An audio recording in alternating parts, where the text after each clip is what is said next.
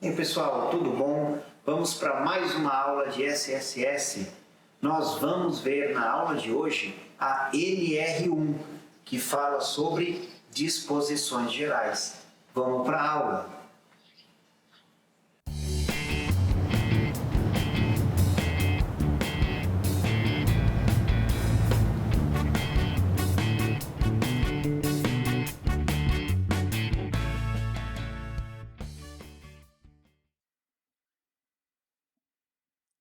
Pessoal, tudo bom?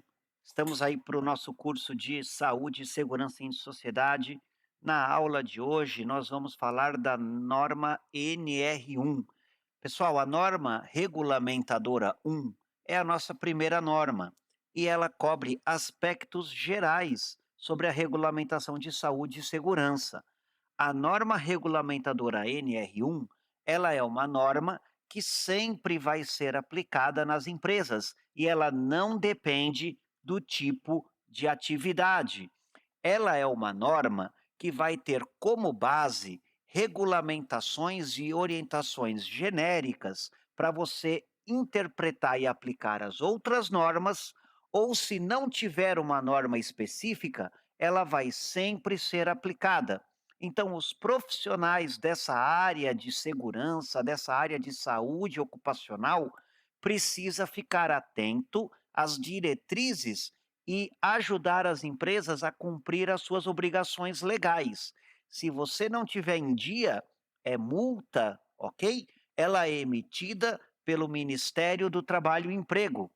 Na prática, ela é indispensável.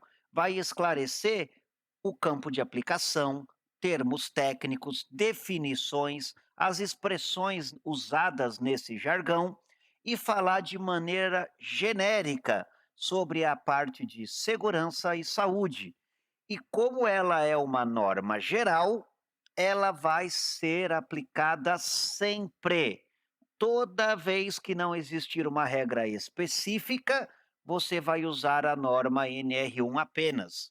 Se você tiver uma empresa, por exemplo, que trabalha com caldeira, existe uma norma específica para caldeira. Então, você vai usar a norma da caldeira, orientada pela norma NR1. Se você estiver trabalhando com eletricidade, existe uma norma específica para eletricidade.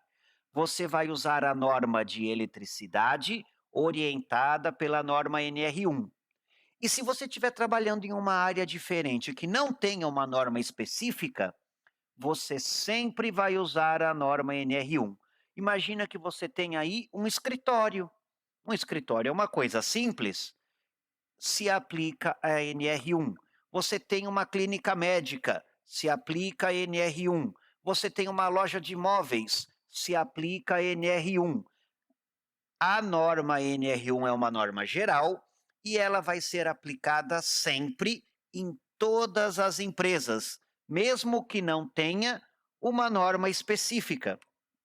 E o que diz essa norma NR1? Ela vai trazer informações e orientações, principalmente para os profissionais que trabalham com saúde e segurança no trabalho. Existe uma lista completa na norma, mas ela vai trabalhar com riscos ocupacionais. Quais são os riscos que existem naquela atividade de trabalho específica?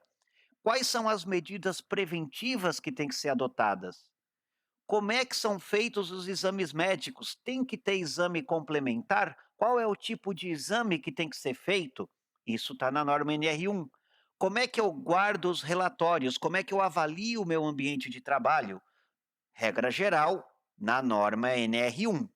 E não apenas para a empresa, mas também para os funcionários. Os funcionários também têm obrigações. Eles têm que seguir as disposições legais sobre segurança e saúde no trabalho. De repente, a empresa quer montar uma CIPA, o funcionário não quer participar, mas não tem essa de não querer. Se o funcionário não quiser, ele vai ser designado e acabou. É obrigação. Fazer os exames médicos, seguir os procedimentos, também é obrigação. Não tem essa de, eu não quero fazer meu exame. Tem que fazer o exame. A empresa fornece EPI, Ah, o EPI é desconfortável, eu estou sentindo calor. Não é opcional. EPI é obrigação do funcionário. Então, pessoal, ela é uma norma importante e vai abranger qualquer atividade. Vamos dar um exemplo aí do escritório?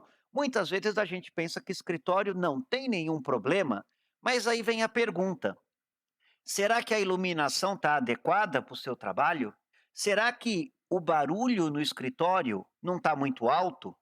A pessoa está usando o mouse, será que ela está com a cadeira correta, o mouse na altura correta? De repente ela fica com tendinite de usar o mouse, e isso é um problema ocupacional. Então, mesmo em um ambiente muito tranquilo como um escritório, você deve ter sempre a atenção na lei. Se você não tiver, no caso de uma fiscalização, é multa. E ela também formaliza os procedimentos. Você vai ter ordem de serviço relacionado à segurança, de repente uma iluminação melhor, isso tem que ser documentada, isso tem que ser medido. Você deve ter procedimentos em caso de acidentes, em caso de doenças, principalmente para investigar sua causa. Imagine que você está trabalhando no tal do escritório, num lugar tranquilo, onde não é para ter problema nenhum, e um funcionário seu, sei lá, tem um ataque epilético e precisa de uma ambulância, tem maca, tem como tirar ele, tem como levar para o hospital? O que que você vai fazer se tiver um problema no seu ambiente de trabalho?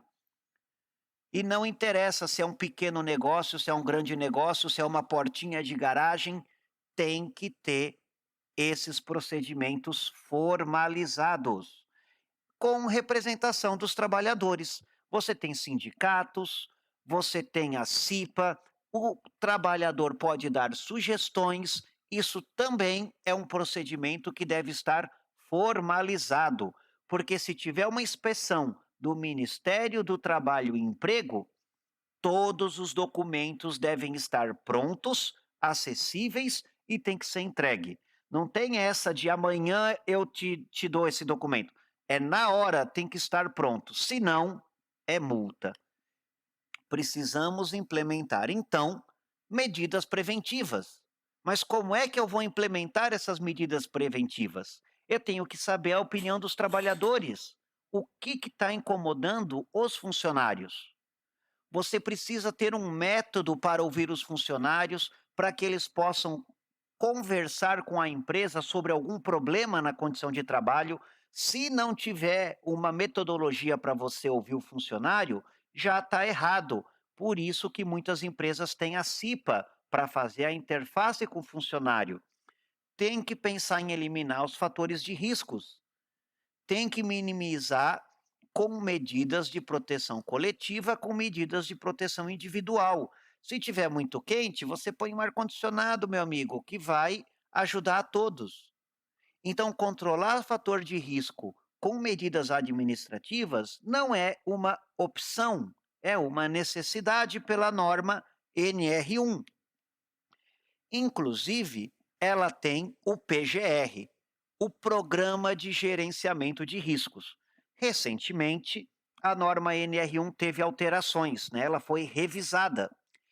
Então, ela determina que se tenha um programa de gerenciamento de riscos continuamente. Então, a empresa tem que ter um inventário, vendo como é que está a condição de trabalho, como é que estão as máquinas, como é que o usuário usa os recursos que a empresa disponibiliza, e desenvolver um plano de ação com medidas para prevenir acidentes, com medidas para atuar em situações de urgência. Só que muitas empresas têm dificuldade para cumprir esses deveres, porque a norma NR1 ela é paga, não é? Por que que o professor não está mostrando a norma aqui na tela? Porque a norma ela é vendida, ela tem que ser interpretada por um profissional. E muitas empresas querem fazer isso sozinho. Isso não vai dar certo. Você tem que ter uma automação de processos, você tem que ter uma série de planilhas, você tem que ter documentos físicos assinados.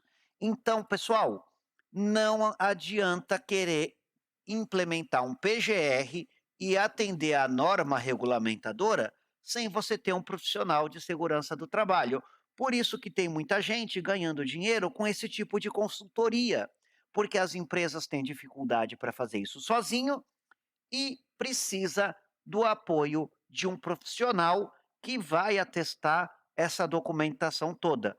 Então é muito importante estar dentro da lei. Pessoal, obrigado pela sua atenção. Bom estudo para vocês.